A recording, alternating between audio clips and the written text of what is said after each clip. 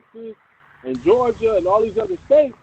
To flip this narrative, the Democratic political strategists, the ones who told Hillary she would win in the landslide and told her to go to these Republican states that were up for grabs, made a huge mistake in not solidifying her base and left her open to lose states or make states contested that shouldn't have been.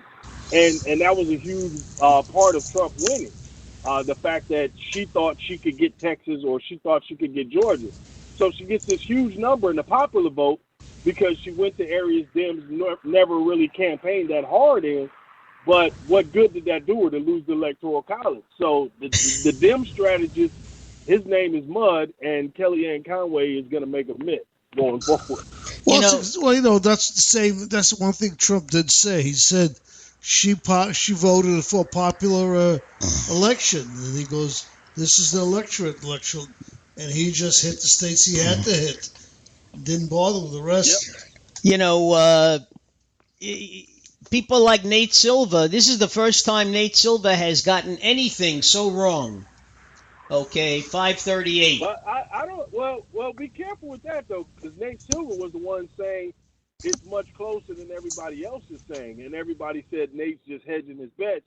But Nate was the one that was saying there's a 2-point difference. It could go either way, and all this other stuff. And everybody kind of got mad at him, saying he was scared and hedging his bets. But it came out to be true. So I mean, Nate was wrong, but he wasn't wrong like everybody else, because he was the one who gave Trump a chance. Everybody else said no way. Hey, Naj, how would you like to have a time machine and go back to June 2015 when he came down that escalator with Melania, okay, and made his big announcement? Yeah, that'd be funny, man, to actually think of it not in the joking way that people treated him for the majority of the campaign, treating him as a viable candidate from jump. Yeah, you'd see a whole different election if that was the case. But that underdog factor played in his favor, man, because nobody really gave him a shot. Okay, you won a primary, big deal. You're not really going to win this. You're not really going to. We kept saying that, and reality smacked everybody in the face. Go back to 1980 when Reagan won. If you were in a coma and woke up in 1980 and told people that Ronald Reagan was now president of the United States, the man who used to co-star with monkeys in movies, okay, and used to sell 20 Mule Team Borax on Death Valley days, and now fast forward to 2016, and you're waking up from another coma, and you're telling people that Donald Trump from The Apprentice is now going to be the next president of the United States. Yeah, man, it's amazing. Never thought we could see something like that. It is amazing. I'll give him that.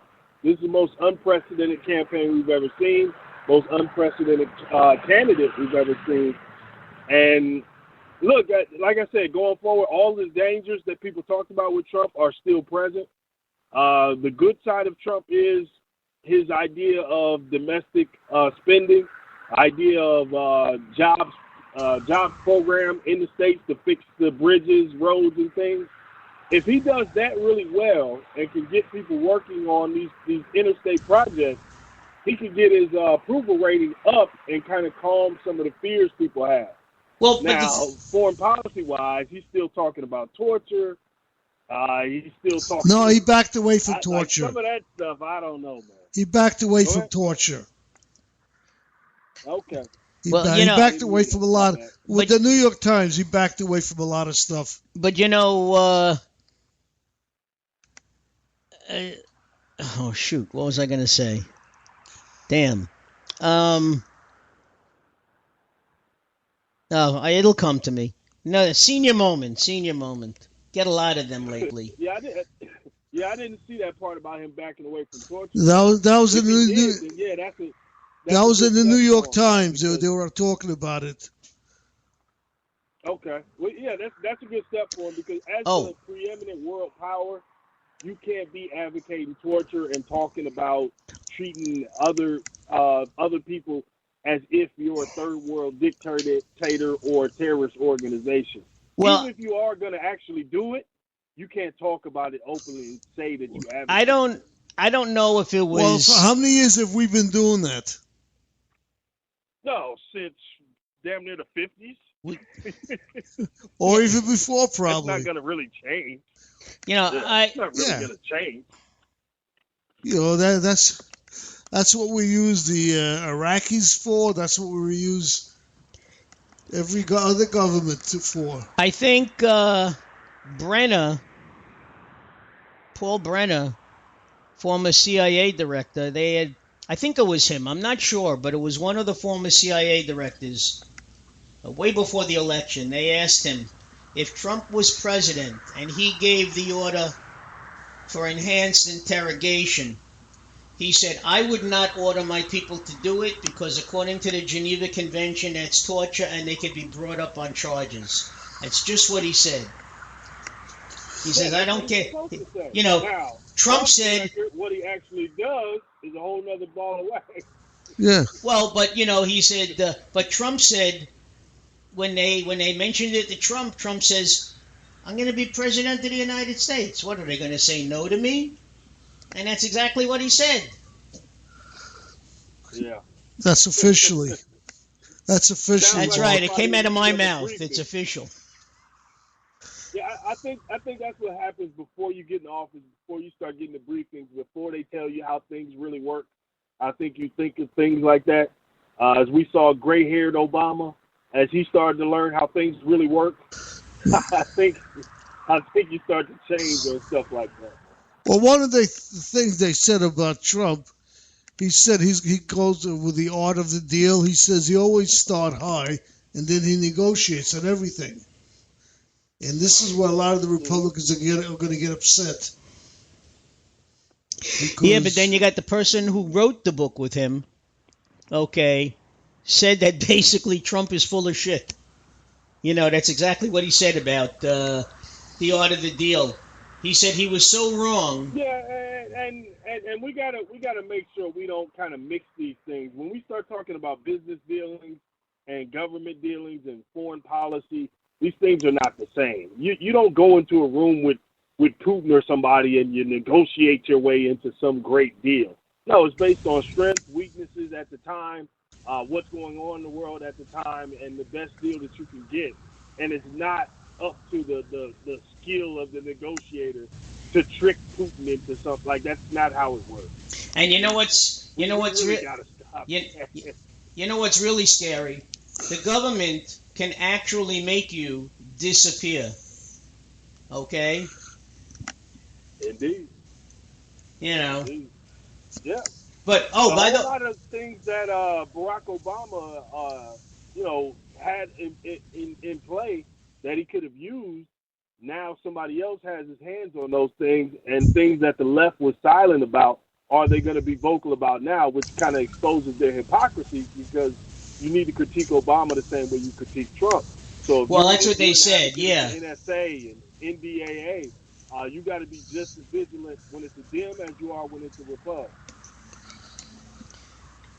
Well, and I'd like to see Congress come up with the trillions of dollars that Trump said he needs, which was no different than what Obama said he needed in order to get the infrastructure working again.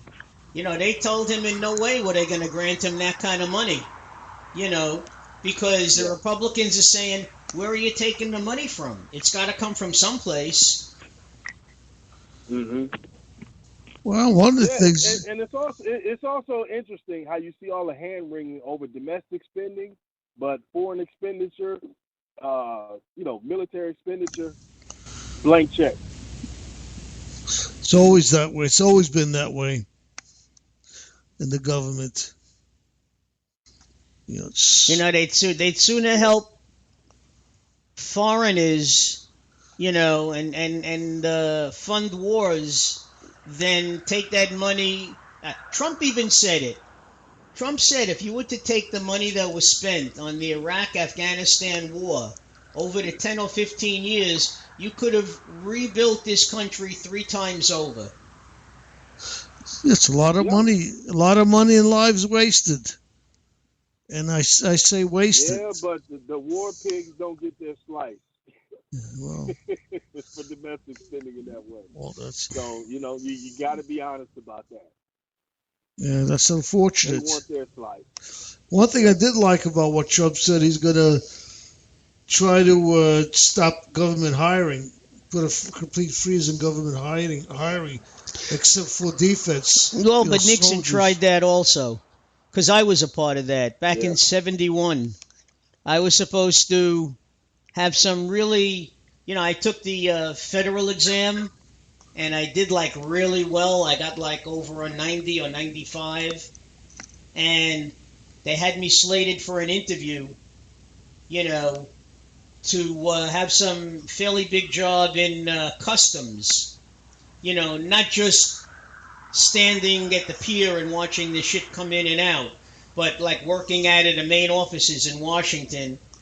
And Nixon put his freeze on, and I became a teacher, which is not so terrible. Believe me, I'm very satisfied with my career, except for when I was laid off, which pissed me off to no end. But I like kids. I like doing what I did. And, it is what it is. But Nixon, like I say, Nixon tried that freeze once before. Well, maybe this time. Well, that's what's coming. That's what's coming, though. We got to be realistic about this. There's going to be a huge corporate tax break. There's going to be a huge domestic tax break, more than likely, and that'll come in the same way the George W. Bush one came.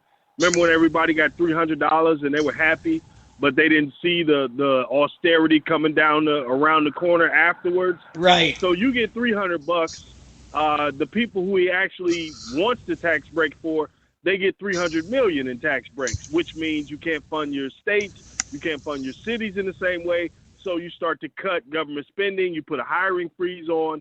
You start laying off government workers, and now you got a bigger piece of people into the unemployment ranks. So, I mean, that's what's coming down the pike. Like, understand that about Trump. He's going to look out for him and his class interest first. Well, he's no sucker. That $300, we know that. That $300 check made George W. more popular than white bread, Yep, it did. It did. For the time, it worked. And I think we could see the same thing essentially with Trump. Let's say instead of 3, just inflation, we'll say 5. People get $500 back now. People will be happy about that. And, for 1 or 2 years, that'll be really good things. But then when you actually have to pay for it, and the payment is going to come from the backs of normal working class people, then people will be upset. And that's what happened to W. The bill came due, and W's popularity just tanked. Well, listen, something's got to be done with the government employees, though. They're overpaid. They were discussing they can't get fired. Well, when you say government employees are overpaid, government employees either have had their salaries frozen for X number of years, or they get a 1 or 2% increase if they're lucky. Down in every negotiation, they lost at the table every time. Yeah. If you say Congress is overpaid, I understand. But we start talking about local, normal state government workers and things. Well, no, we're talking about federal people mostly. They ain't won at the bargaining table in a few decades, man.